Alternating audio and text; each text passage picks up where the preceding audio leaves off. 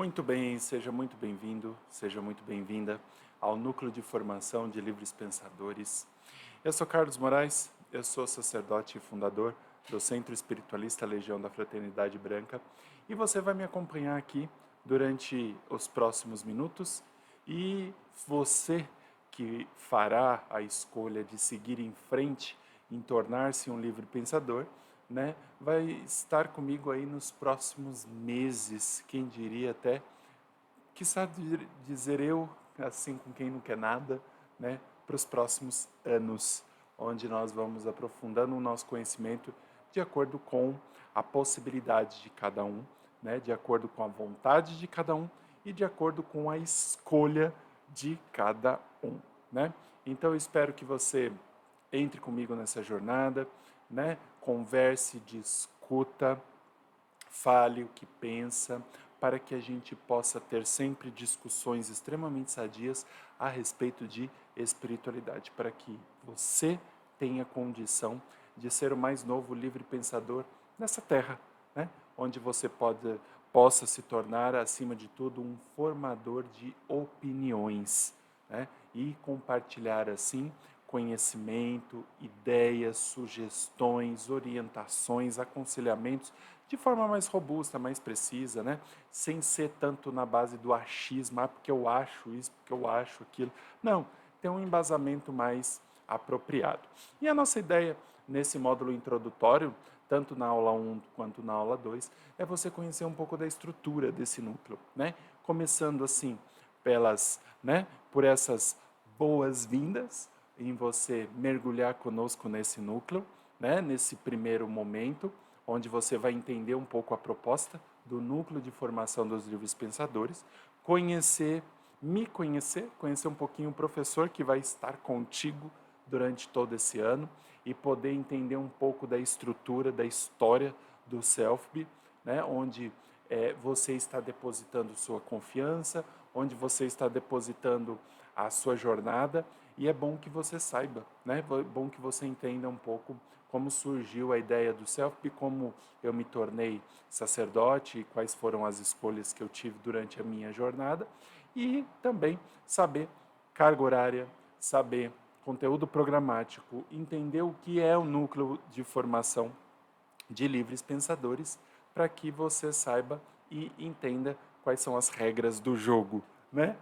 Quais são as regras do nosso estudo, para que você tenha condição assim, né? Assim eu espero, para que você tenha condição de entender o que é esse núcleo e qual foi feita, né? Qual foi a sua escolha e onde você chegará ao final, pelo menos dessa primeira jornada comigo, né?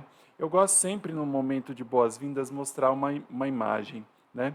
Essa imagem desse livro brilhando, né, que eu acho que é uma coisa muito interessante. As escolhas que você fez sempre te leva a isso, né? E eu tenho certeza que quem seguir comigo até o final desse primeiro ano e as pessoas que desejarem seguir comigo ao final do segundo ano dos Livres Pensadores, eu tenho certeza que buscou fazer algumas escolhas muito interessantes e ele e ela ligado a essa ideia de se tornar um livre pensador, ele tem como base um livro, né?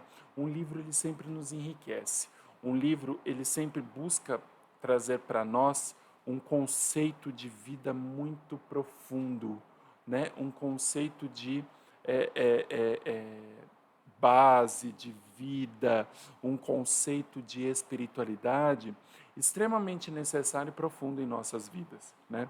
E eu tenho certeza que a busca pelo despertamento espiritual, ele vai trazer uma base teórica e de primeiro momento para você seguir em frente, para você agregar mais valor àquilo que você conhece por espiritualidade, para que você assim tenha um verdadeiro despertamento espiritual. Muita gente leva em consideração que o despertamento espiritual ele só acontece à base da manifestação, do fenômeno mediúnico. E eu diria para você, existe muito erro nessas palavras, porque eu diria que é, se nós tivéssemos que ficar refém de manifestação espiritual ou de fenômenos mediúnicos para despertar a nossa espiritualidade, o que seria de grande parte da população? Elas estariam inertes, né? Estariam completamente estacionadas no processo evolutivo pessoal e não teria nenhum tipo de agregar sabedoria naquilo que elas estão fazendo. Então, é um erro, sim, falar uma coisa dessa. Então, despertar espiritualidade é baseado em vários contextos e principalmente esse, em adquirir conhecimento para transformar isso em sabedoria. Conhecimento é a teoria, sabedoria é o conhecimento na prática, né? Eu sempre falo isso nos meus estudos, eu sempre levo isso em consideração para que isso seja extremamente necessário e enriqueça você nessa sua jornada para aquilo que você veio buscar, que é o quê? Espiritualidade. E espiritualidade faz parte de um contexto, de um conjunto que eu espero proporcionar aqui para você, pelo menos essa parte teórica, que nós vamos ir muito longe, né? Ir muito mais profundo do que vocês imaginam.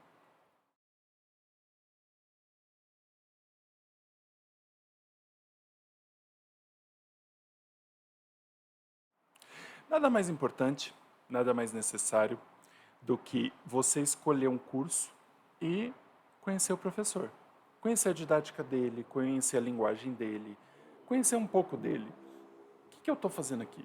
Eu estou compartilhando conhecimento. Como que eu compartilho conhecimento? Eu uso as ferramentas que eu estou utilizando aqui com você, né? Enquanto eu estou aqui falando com vocês, eu estou manipulando o computador, eu estou mexendo nas imagens, eu estou fazendo mudanças.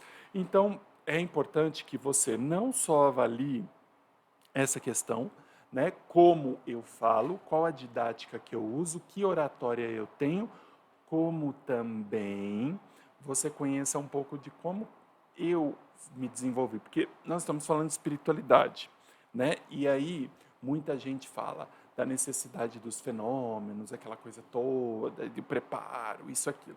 São importantes? Sim. E eu quero aqui compartilhar com você um pouco da minha vida. São importantes, mas não são fechados, porque tem muita gente que eu diria que é muito espiritualizada sem ser religiosa. E isso não desmerece o conhecimento que essas pessoas têm a respeito de um determinado assunto. E isso eu diria que é ter espiritualidade. Até porque não vai chegar no momento do nosso estudo que nós vamos falar a diferença de espiritualidade e de religiosidade. São duas coisas que podem andar juntas, mas não têm o mesmo contexto, principalmente na atualidade, onde se usa muito a religiosidade como forma de domínio, como forma de manipulação, como forma de enganar as pessoas e assim vai, né? E lá na frente a gente vai falar disso, você vai entender exatamente um pouquinho do que eu quero dizer neste assunto. Eu gosto de trazer a ideia da minha vida como uma forma de mostrar para vocês como que as coisas se deram, pelo menos para mim, né? Porque aqui eu estou trazendo para você um pouco da minha história. Ah, Carlos, todos os médiuns, todos os sacerdotes têm que ser assim? Não, não tem que ser, né? Porque eu diria que foi um aprendizado importante para mim e que talvez não seja importante para outras pessoas. E cada pessoa tem as suas virtudes, cada sacerdote tem os seus valores, cada sacerdote tem a sua forma de enfrentar e de experienciar os fenômenos mediúnicos, e eu tive a minha e estou aqui seguindo em frente com a proposta que os espíritos me trouxeram. Bom, como tudo começou? Desde quando eu nasci, né? Olha lá, vamos contar a história da vida agora, né? Ih, nós vamos longe com essa história. Não, eu vou resumir bastante para que não fique chato, mas e para que você entenda a minha proposta aqui, que é você conhecer e saber o que aconteceu. Desde quando eu nasci, eu sempre tive algumas coisas meio estranhas acontecendo comigo. Eu fui sonâmbulo, né? Eu tinha lembranças, quando minha mãe falava muito sobre isso, minha mãe biológica, que quando eu falar minha mãe, eu estou falando da minha mãe biológica, tá? Isso é importante para que vocês entendam. Não estou falando de mãe de santo ou mãe Ialorixá ou coisas desse tipo, tá? Então, quando eu falo mãe aqui, é mãe biológica mesmo.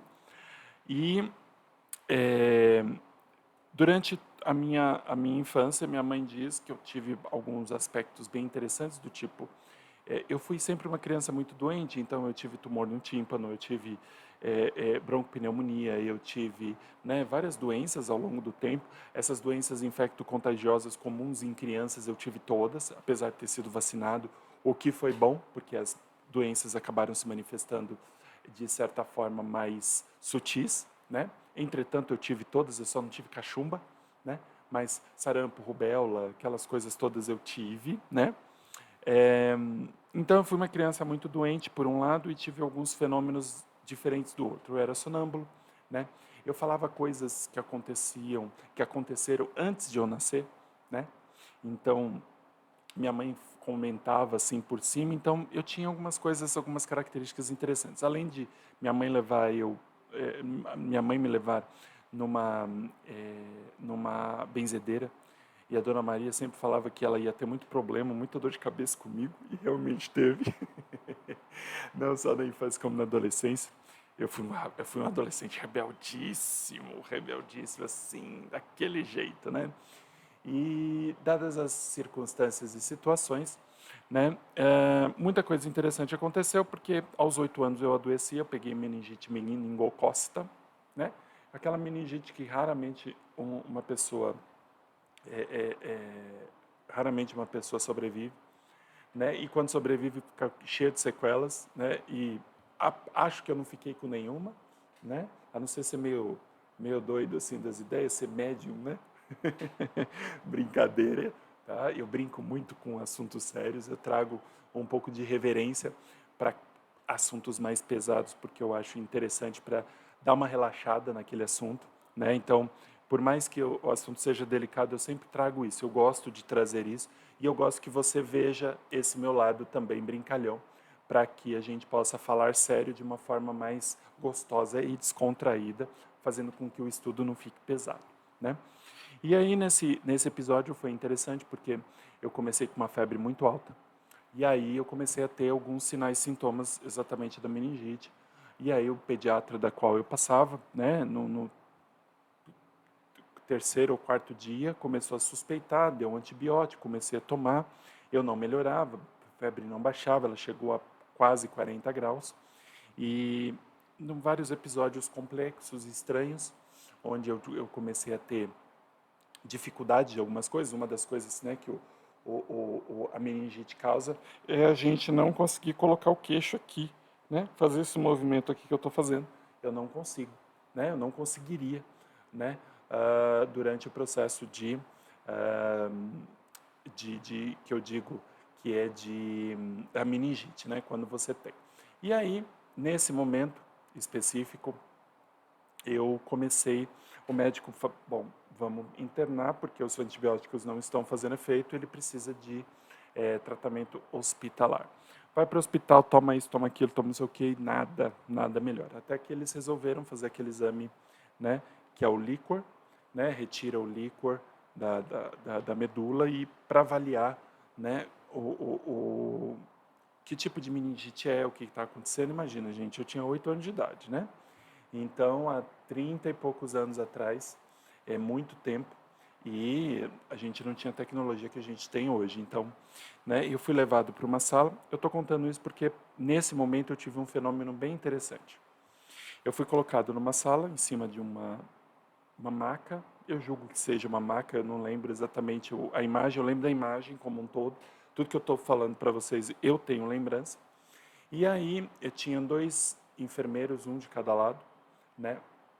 Meu pai estava na porta dessa sala e entrou o anestesista para, né, fazer o procedimento. O procedimento do líquor é assim, não tem anestesia, não tem nada, ele introduz uma agulha na base da coluna aqui, vertebral, né, para chegar na medula, retira o líquor para levar para fazer exame e detectar que tipo de meningite é, o que está acontecendo, o grau, essas coisas todas.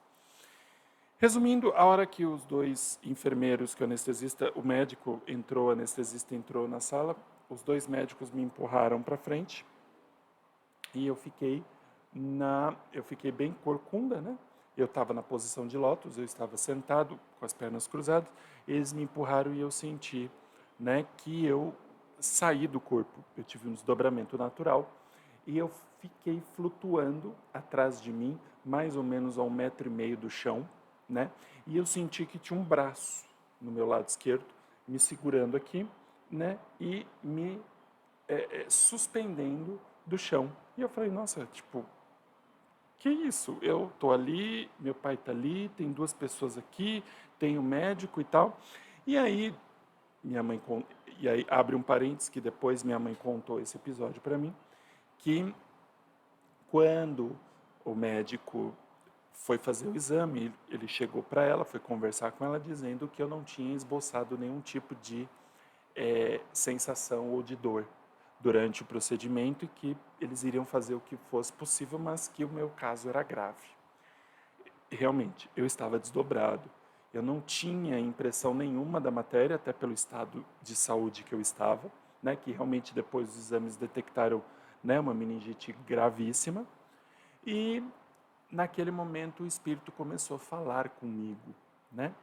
E logicamente eu não tinha maturidade emocional, maturidade intelectual, eu não tinha conhecimento de causa de nada, eu tinha 8 anos de idade, eu era uma criança, né? Uma criança besta, uma criança sem noção de nada, né? Então eles falaram um monte de coisa para mim e eu só ouvia a frase, que essa frase eu tenho na minha cabeça até hoje. Você vai voltar para o corpo como se nada tivesse acontecido e ficará registrada a nossa proposta.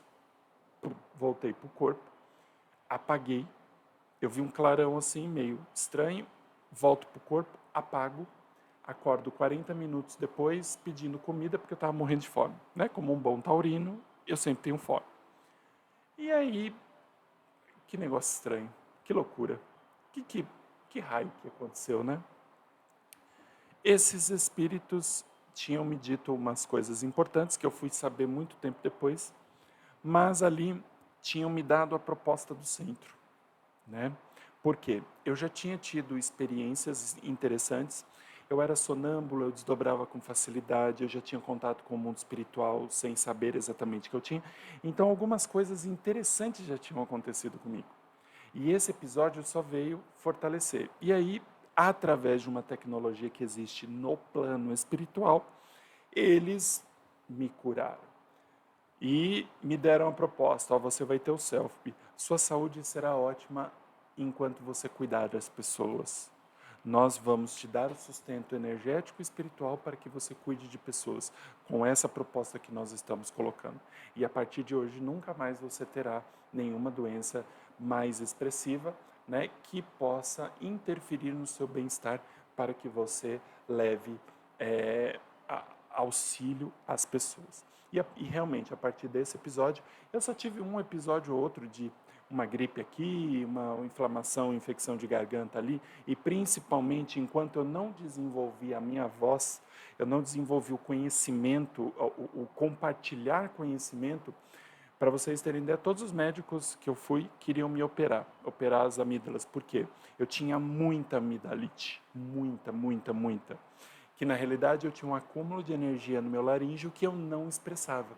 Então, como eu curei o meu laríngeo com cirurgia nas amígdalas? Não, falando, compartilhando conhecimento com as pessoas, me tornando um professor. Então, a partir daí, eu passei a não ter mais isso também, né? E as doenças respiratórias que vinham muito por conta disso, né? Cessaram também, né?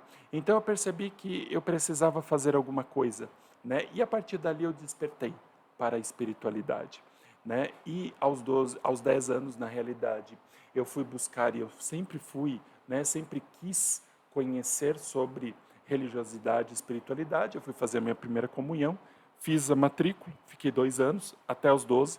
12 anos eu fiz minha primeira comunhão e lá eu comecei a discutir com o padre. Como assim, Carlos, discutir com o padre? Comecei a discutir porque eu ficava assim, gente, eu não vejo sentido nisso. Eu não vejo sentido nisso. Eu não vejo sentido nisso. Eu não vejo sentido nisso. Peraí, você que é o sacerdote desta religião, você pode me explicar isso, isso, isso? Eu comecei a questionar algumas coisas que ele não tinha resposta. E aí aquilo começou a me deixar cabreiro. Mas peraí, eu estou numa religião que eu não tenho respostas, pelo menos não as respostas que eu para as perguntas que eu estou fazendo. que é um porque sim, porque não, e porque sim, porque não, nunca me satisfez, nunca, não gosto desse tipo de resposta. E eu ficava assim, então tem alguma coisa errada.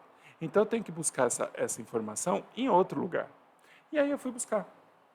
Eu comecei a buscar. Eu saí da primeira comunhão, né? Eu fiz a primeira comunhão, tomei a hóstia. Minha única vez que eu tomei a hóstia foi um dia da minha primeira comunhão. Eu saí da igreja, meio que saí. E aí eu fui convidado para a primeira sessão espiritualista na minha vida, que foi na casa de uma pessoa, em que lá eu conheci o que era uma mediunidade, uma manifestação mediúnica através da incorporação. Achei um encanto, achei incrível, né? Até falei para o espírito, para o Exu que veio lá na pessoa, eu falei assim, eu quero fazer isso que você está fazendo. Como é que fala? Como é que chama isso daí? Ele é mediunidade. Eu falei, então, eu quero fazer isso a mesma coisa que você. Eu acho isso o máximo. Como é que faz?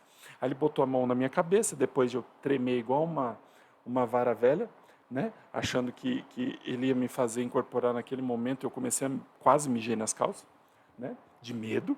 Que eu falei assim, peraí, tipo, pensei comigo. Eu falei assim, eu quero fazer, mas não é agora não, peraí, né? Aí ele ficou, eu acho que ele estava investigando, né, meu ori, naquele momento, aí falou, não é um momento agora, você tem muito que conhecer e muito que aprender. Então, vá conhecer, vá aprender, que mais para frente você vai saber que exatamente é o que é a mediunidade e o que você tem de mediunidade. Aquilo me satisfez, porque, né, eu fiquei morrendo de medo, porque eu ia incorporar naquele momento. Falei, Jesus, minha banda, socorro. Já imaginou o cara me botar para incorporar aqui, no meio desse povo todo? Falei, não, não, não, não, não, pelo amor de Deus. E aí fui atrás de conhecimento em todos os aspectos. Gente, isso tem 30 anos. Não existia Google, não existia Facebook, não existia Instagram, não existia YouTube, não existia nada disso. A gente tinha que ir atrás de livro, a gente tinha que ir atrás de biblioteca, a gente tinha que pelejar atrás das coisas. Por quê? Porque era assim. E eu aprendi muito assim. Aí ia numa casa, ia num lugar, ia num terreiro, ia numa roça de candomblé, ia com um, ia com outro, ia sozinho, ia com a família, não sei com quem. E eu fui buscar. Até que num determinado momento fui à Federação Espírita, fiz lá uma entrevista, fui admitido no centro, na evangelização infantil e nos estudos. Aí passei por todos os estudos básicos da codificação, né, que tem na federação, né, na Federação Espírita do Estado de São Paulo, a FESP, que é preparatório preparatório para o espiritismo, primeiro básico, segundo básico, primeiro mediúnico, segundo mediúnico, e assim foi, né? Fiz todos os cursos possíveis, entrei para a evangelização infantil, fiquei 7 anos dando aula na evangelização infantil, então trabalhei muito a minha voz ali. E aí no meu primeiro mediúnico que algumas manifestações começaram a acontecer e eu despertei, né? Mais ou menos com 16, 17 anos ali, eu tive um despertamento espiritual muito profundo, onde nessa época eu também brincava de fazer leitura de cartas. E aí eu comecei a perceber que nesse momento onde ocorre o despertamento, eu comecei a olhar para as cartas assim como se imagens surgissem, né? E eu tinha uma dinâmica de falar, né?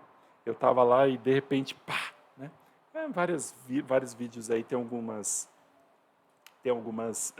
explicações minhas sobre isso, né? Um dia eu vou fazer uma série sobre a história da minha vida, acho que vai ser interessante, né?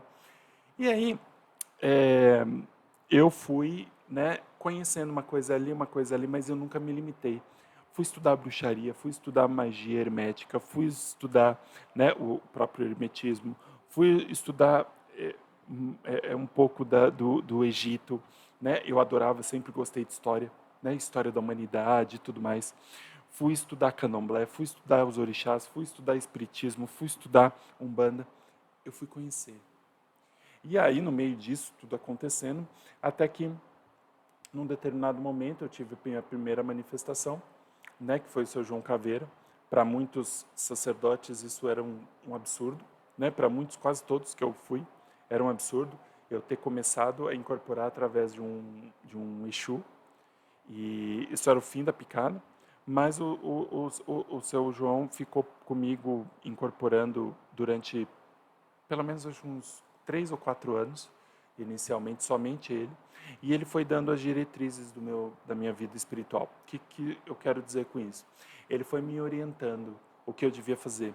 vá na casa tal, vai desenvolver lá, faça tal coisa, estude tal coisa, tal, isso, aquilo, que aí eu passei a manifestar muito audiência, né, nesse meio tempo, enquanto eu estava em ajuste da mediunidade de incorporação, né, que nessa época eu era muito inconsciente, né, o que me incomodava um pouco. E aí, nesse episódio, começou a vir, e aí chegou um momento em que eu precisava de preparos, eu precisava de iniciações. E tudo isso foi sendo feito através dessas andanças. O meu preparo, as minhas iniciações foram se dando ao longo das experiências. Eu estudava, experienciava, eu ia, eu conhecia, eu entendia, eu sentia, eu percebia, né? Eu percebia a presença dos orixás, eu percebia a presença das entidades, eu ouvia as entidades falar comigo, eu sentia o processo de incorporação, eu percebia como que as coisas estavam acontecendo ao meu redor, e tudo isso foi preparo, tudo isso foi iniciação, né? Eu não fui iniciado assim, fui iniciado aqui desse jeito. Foi o conjunto todo que nós precisamos ter para um preparo espiritual. Esse negócio de que você lê um livro, você estuda uma apostila e tem uma aula por semana durante um ano, e dizer que isso é um processo iniciático apenas, pode ser, mas ele é o primeiro passo. E uma iniciação sacerdotal, ela é um conjunto de muitos passos. Ela não é um único passo, um único ano, um único estudo. Ela é um conjunto. Eu estudei muita coisa. Eu experienciei muita coisa. Eu experienciei muita coisa boa. Eu experienciei muita coisa ruim. Eu experienciei muita coisa agregadora. Eu experienciei muita balela, muita mentira, muita enganação, né? Então, tudo isso foi o quê? Enriquecendo. Para trazer para mim o quê? Robustez no meu processo iniciático. Para quê exatamente? Por que disso tudo? Por que será, hein?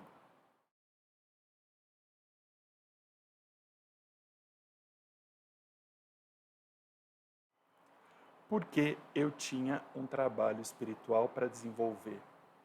E tudo isso assim, no meio da minha vida, no meio das coisas que estavam acontecendo. Eu disse no início que eu era eu fui um adolescente porreta, né? Me pergunte a minha mãe, é só Deus na causa, né? Só Deus, Deus ou o diabo, né? Porque para os ignorantes e preconceituosos, Exu é o diabo, né? Então, né, na linguagem desse pessoal, desses ignorantes e desses preconceituosos, só o diabo para me botar na linha, porque o seu João me ajudou e muito, né? Queira chamar de diabo ou não, seu João é um grande amigo, um amigo espiritual que eu tenho assim um apreço que tá longe de eu conseguir definir em palavras específicas utilizando a linguagem natural da minha vida aqui, né? Vida da Terra, né? Não tenho, é, eu diria que eu não tenho vocabulário para definir o que é o seu João na minha vida. E aí, nesse momento onde o seu João, né, foi dando as diretrizes e tudo, né, eu começo a manifestar espíritos na minha casa. E aqui, hoje, exatamente onde eu estou, né, esse congazinho bonitinho aqui atrás de mim, eu mantenho em apreço, em respeito, em alegria, em todos os sentimentos possíveis, amor, né? Todos os sentimentos benéficos que a gente pode de alguma forma sentir, né? Eu mantenho esse congazinho aqui, que é exatamente no local onde foi fundado o Selfie, né? Então eu estou gravando nesse momento exatamente no local onde o Selfie nasceu. E aí eu comecei a ter, né, várias manifestações tratando pessoas que me procuravam aleatoriamente, pediam ajuda aleatoriamente para questões espirituais, e do nada eu ia lá e incorporava, né? Do nada mesmo, porque assim, a gente estava conversando e pum, do nada vinha principalmente o seu João, né? O topetudo, né? Ele vinha mesmo, não estava nem aí, pá, chegava, não tinha hora, não tinha lugar, não tinha nada. Ele chegava e resolvia, mexia, chegava até a materializar coisa, né, no ambiente para utilizar a favor das pessoas. Eu já vi coisas absurdas, né, que as pessoas achariam absurdas, né, se eu contasse aqui. E eu não pude perceber que durante esse tempo a gente estava sendo preparado. Por quê? Começaram a vir pessoas, essas pessoas começaram a manter a sequência de atendimentos, começaram a vir, né, constantemente, a constância no trabalho, e a gente começou a perceber que os espíritos vinham durante o dia, né, durante aquela tarde, que era aos sábados às 18 horas, a gente começou a colocar horário, né, aos sábados às 18 horas até mais ou menos 10 horas da noite. E aí eu comecei a perceber que durante a noite, naquele momento, naquele dia, durante a noite, os espíritos que estavam presentes se manifestavam através da minha audiência e eu escrevia. Ah, vamos escrever, tá bom. E aí eu escrevia minha psicografia pela audiência, tá? Então é totalmente consciente, eu não sou médium psicógrafo, né? Eu diria que eu ouço e aí eu vou replicando o que eles estão me falando. E aí, ia escrevendo, me dei conta, isso começou em 2005, no ano 2005.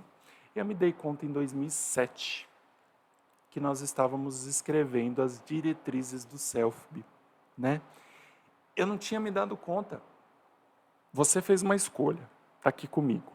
Então, nada mais justo com você de eu mostrar para você como que a casa nasceu. E eu estou contando essa história.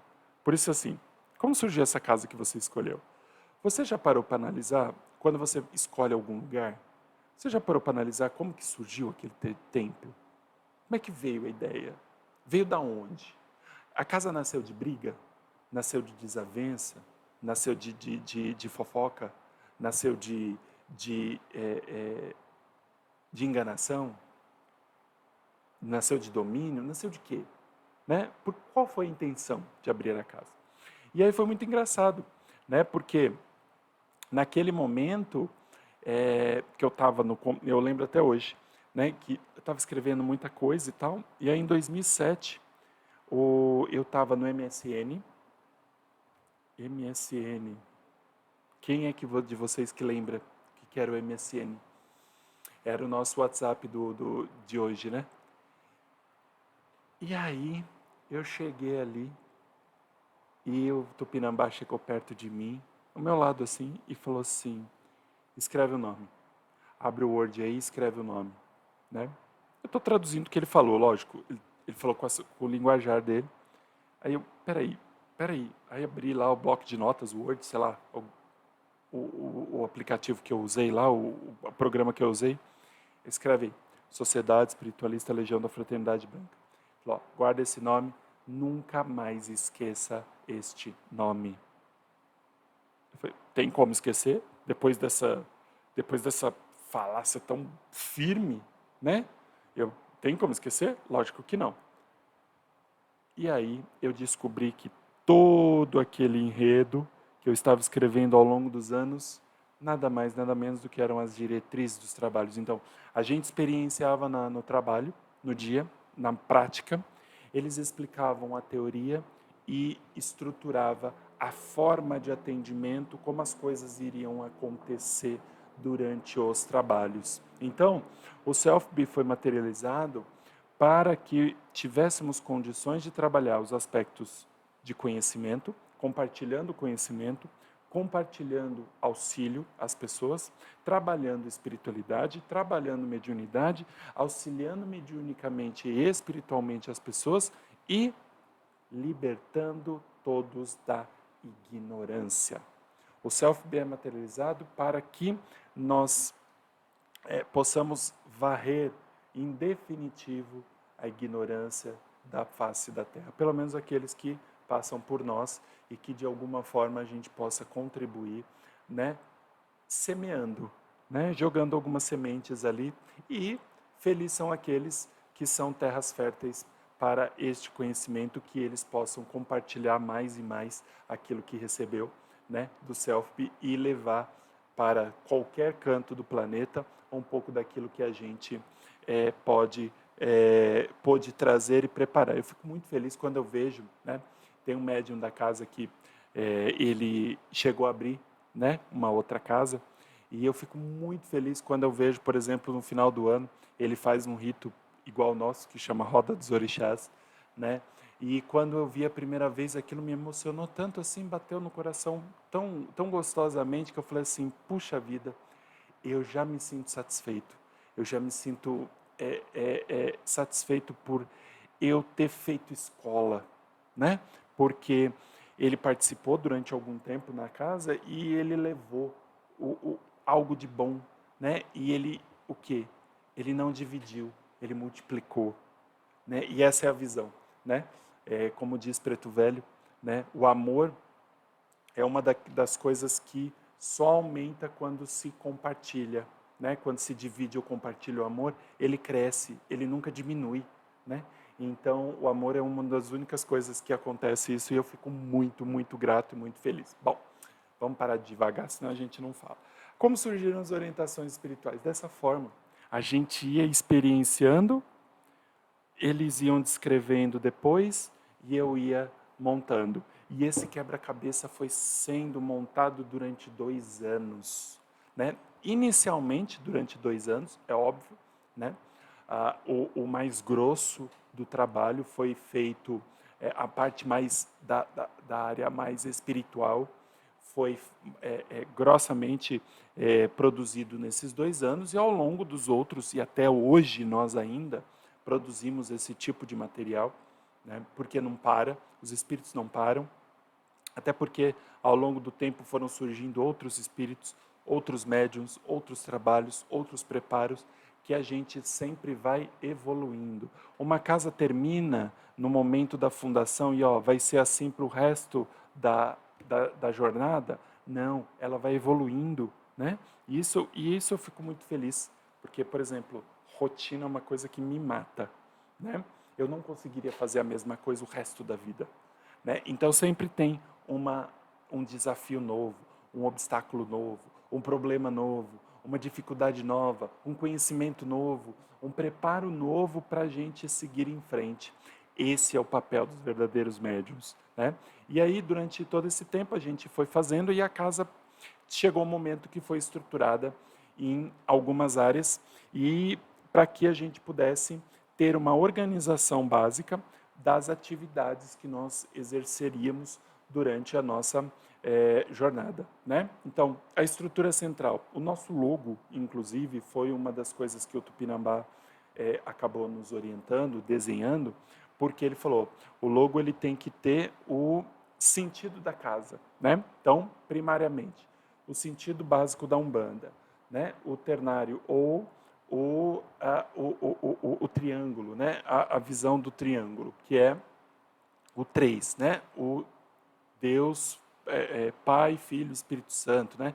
O ternário sempre esteve presente aí com a gente ao longo da existência. E não é diferente a tríade sagrada da Umbanda, né? Que a gente fala tanto, desde o nascimento da Umbanda, onde o Zélio lá e o Caboclo das Sete Encruzilhadas falou bastante sobre, que é, né? Preto Velho, Caboclo, Criança, né? As 3 pontas do triângulo. Preto Velho, humildade, Caboclo, força e as crianças, pureza, né? Os 3 sentidos básicos da espiritualidade e do que representa a estrutura central da nossa casa, tá? Então, humildade, força e pureza. Primeiro ponto. Segundo ponto, né? A gente percebe o quê?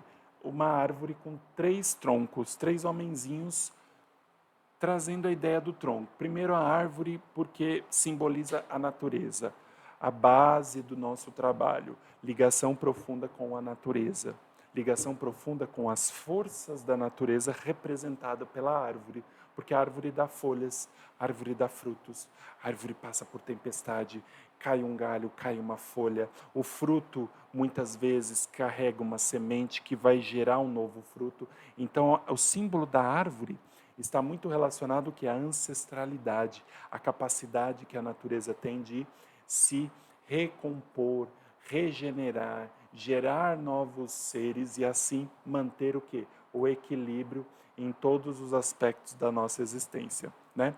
3 troncos, 3 homenzinhos, 3 áreas centrais da nossa casa: área espiritual, área de promoção humana e área de formação e ensino, né? E em cima as folhas se misturando no colorido. O colorido que é os orixás, as forças da natureza, todas misturadas sobre todas as árvores, sobre os 3 troncos, manifestos como uma grande mistura de divindades que existem em torno de nós e que vivem nos brilhando, nos alimentando, nos banhando de axé e forças coloridas. Que o colorido quer dizer o quê? A diversidade, o movimento, a renovação, as forças da natureza que manifestam em tudo que existe na natureza. Na água, na terra, na pedra, na cachoeira, no mar, né? Nas árvores, nas florestas, em tudo que existe na natureza, né? E aí tem o centro, né? E aí, só para você entender um pouquinho, a área espiritual, ela é dividida no núcleo de orientação e consulta, nossa porta de entrada, né? O núcleo de curas e cirurgias, onde se faz todo o trabalho de atendimento relacionado a problemas de saúde que a medicina não traz algumas soluções e muitas vezes a gente acaba tendo ferramentas ou mecanismos para auxiliar também a medicina nesse processo, né? O núcleo de evocação e limpeza, o núcleo de diálogo com a consciência e o núcleo de apometria e antigoécia. Aí nós temos o núcleo de ensino e formação, onde você vai fazer parte desse núcleo comigo aqui agora. Isso se você fizer a escolha de seguir em frente conosco no núcleo de formação de livres pensadores, então você vai fazer parte desse primeiro núcleo aqui, né, comigo. O núcleo de formação iniciática é o núcleo de mediunidade e cura, evangelização infantil e juventude, formação bíblica e evangélica, ciência oracular, espiritual e mediúnica, magia, mediunidade e apometria. Tudo isso é preciso pessoas. Tudo isso é preciso ser médium, né? Ser trabalho de médium. E esse é um ponto que me deixa muito triste, né? Finalizando aqui só a área de promoção humana, né? Onde nós temos, que é o terceiro bloco, né? A terceira área, que tem o departamento de alfabetização, profissionalização e de apoio humano. Uma das coisas que me entristece um pouco na Umbanda, que voltando ao que eu ia falar anteriormente, me entristece consideravelmente é que na Umbanda, 80% diria das pessoas que se atraem à Umbanda, se atraem à ideia da incorporação. Não imaginam o universo de coisas que se tem para fazer dentro da espiritualidade, dentro de um bom trabalho, dentro do que é ser médium, né? E ele se limita e se resume apenas ao processo de incorporação. E na realidade tem muita coisa para fazer, tem muito trabalho para exercer. Você pode ser professor, você pode trabalhar na área de profissionalismo, você pode trabalhar na área de alfabetização, você pode trabalhar na área cultural ou social. O quanto que a gente ganha nisso faz parte do processo evolutivo e muitas vezes eu vejo o quê? Falta de ânimo, vontade e desprezo, né? Porque aí quando você convida uma pessoa ou outra a participar desses núcleos ou dessas áreas, a pessoa vai dando uma desculpa aqui, eu vou participar, eu vou pensar, eu vou isso, eu vou aquilo e nada, absolutamente nada. Não faz nada.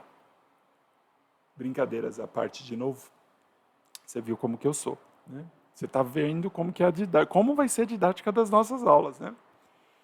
Nada. Por quê? Tem interesse, quer incorporar, quer amarrar um, quer fazer não sei o que para outro, quer acender vela, quer não sei o que. Tudo isso é bom, a parte do acender vela, sim. A parte do desenvolver a mediunidade de incorporação, se tiver, é bom. Amarração, não. Né? Essas coisas ligadas a coisas ruins, não.